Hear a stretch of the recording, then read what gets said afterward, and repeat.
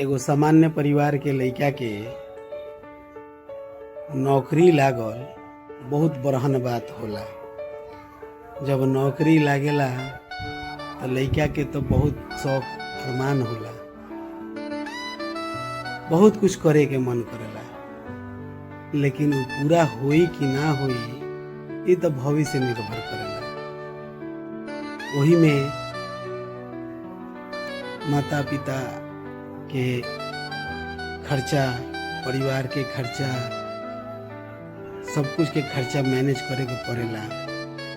लेकिन एगो सामान्य परिवार के लइका कोनो खर्चा से मुंह नहीं मोड़ सकत, काहे से कि वो गरीबी से लेके मेहनत तक के सफर पार करके रहेला। तो ओकरा हर एक पैसा के जौन बा दिखेला कि हाँ मेहनत से पैसा जौन बा कैसे आवेला। धीरे धीरे माई बाबूजी के दवाई से लेके तीर्थ यात्रा तक के जौन बा सफर भी तय करावे के बा। प्रतिदिन सोच सोच के कि माई बाबूजी के जौन बा तीर्थों करावे के बा, यही पैसा में कैसहू काटे के बा। दवाई के खर्चा होके तो चाहे घूमे के होके तो चाहे परिवार चलावे के खर्चा होके तो सब कुछ वही में चलत रहेला। शादी भइला के बाद जब पत्नी बार बार कहेली कि बाजार चले के बा, तो बाजारों के खर्चा जौन बा पहले तो सस्ता में हो जात रहे, अब तो ओकरो महंगाई बढ़ गईल बा। तो लइका उहो मना नहीं कर सकत। अब माई बाबूजी के साथ साथ मेहरारुओं के खुश रखे के बा, लेकिन वो लइका के सब लोग के उम्मीद बा कि हमारा के करी है, लेकिन वो लइका के कोनो उम्मीद नहीं के केहू और से।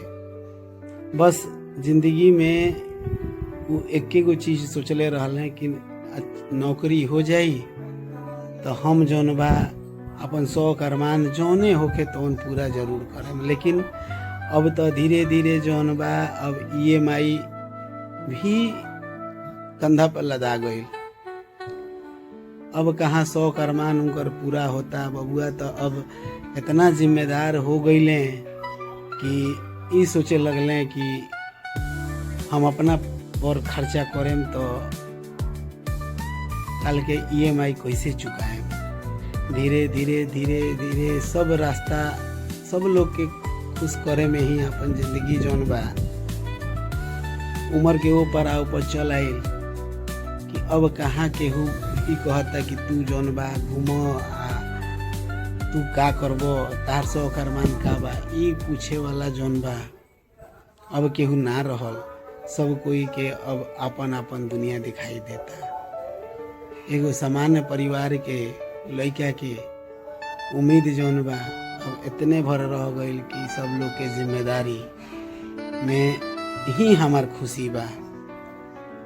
आज जौन बा कतनो कमात होखस, लेकिन घर के जिम्मेदारी इतना बांध देले बा कि बबुआ अब कहीं नहीं खन जा सकत। बाल बच्चा होला के बाद अब अपन शौक अरमान देखस कि माई बाबूजी के तीर्थ पर ले जास, कि पत्नी के बाजार घुमावस, कि बच्चा सन के स्कूल से लेके हर एक चीज के खर्चा मैनेज करस। ई तो हो गई अपन परिवार। अब यदि कहीं शहर में नौकरी करत रहे तो सब जे संबंधी बा ओकरा उम्मीद बा कि उनका से कहल जाई न कोनो काम तो मना ना करी है। चाहे उनका लगे जाइल जाओ न तो 2 दिन 4 दिन 5 दिन हफ्ता दिन उनका लगे रहल जा सकेला।